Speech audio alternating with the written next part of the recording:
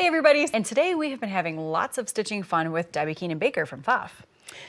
We've had a lot of fun with stitches. That's right. You've always got multiple stitch techniques to inspire us with. We can never get to all of it in the body of the show, so we thought we'd spend a little bit of extra time playing with stitches here. Yeah, and we were talking about quilting and how you can use something other than a straight stitch. Right. So quilting, basically quilting with your walking foot or quilting with your feed dogs up and using your built-in walking foot has gotten to be very, very popular in the last couple years. And it's great for people who either want an alternative to free motion or maybe you're just a little shy about trying that free motion quilt. Right. So we did a straight stitch, but you'd be amazed at how many even just your basic utility stitches. One of my favorites is actually that 3-step zigzag. And I come in and I do some changes. I make it wider, just so I cover more area quicker. And I do elongate it. Yeah. Sometimes adjusting your stitches can really make them stitch faster. I mean, if you're Well, doing a and whole it can quilt, change that's the nice. whole look of a stitch. So here, and I'm using definitely a contrasting thread,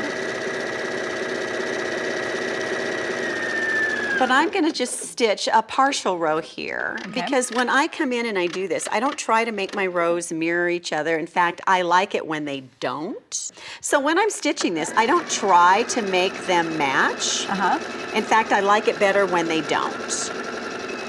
It's really visually distracting if you try to make something perfect and it's off just by a little bit. So I think that if you give yourself grace and don't even try, sometimes it just looks easier on the eye. That's fun. Well, have you ever heard the rule, you know, if you make a mistake, make it 3 times and then it's intentional? I like it. That's a great rule. That's so really again, fun. you can make these touch each other. You can stitch them, you know, with a little distance in between, but it makes a great looking quilt stitch. Yeah. Now again, if we were using it, had either a nylon monofilament in our top or a thread that matched our background, you'd only be seeing texture. Right. But unfortunately, you wouldn't be able to see it on the camera. Right.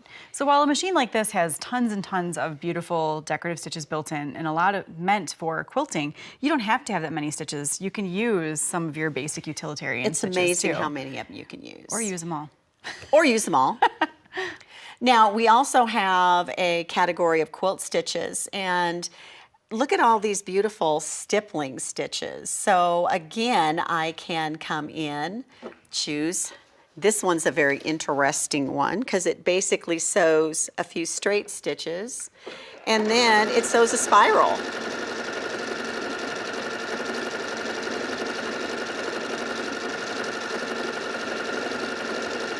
Looks like lollipops to me. It does kind of look like lollipops, doesn't it? No wonder I liked it.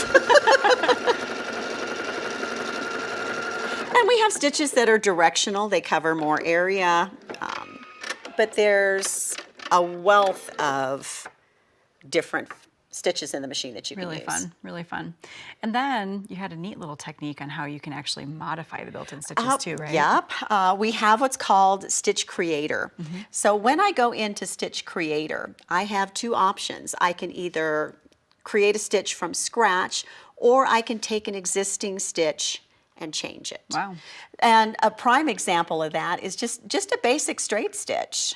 You know, with just the touch of a button right here, I've turned that from a straight stitch into a triple stitch. And I can do that with basically any stitch. So now we have a beautiful triple stitch. That's fun. So then it gives you the look of a heavier hand stitch perhaps. Right. But just by going over itself 3 times. And again, you could do that with your blanket stitch. You could do this. So maybe you have a particular blanket stitch that you like.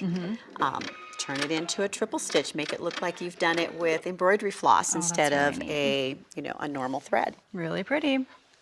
Well, thank you so much for joining us once again and sharing so many great tips with us. Well, thank you for inviting me back.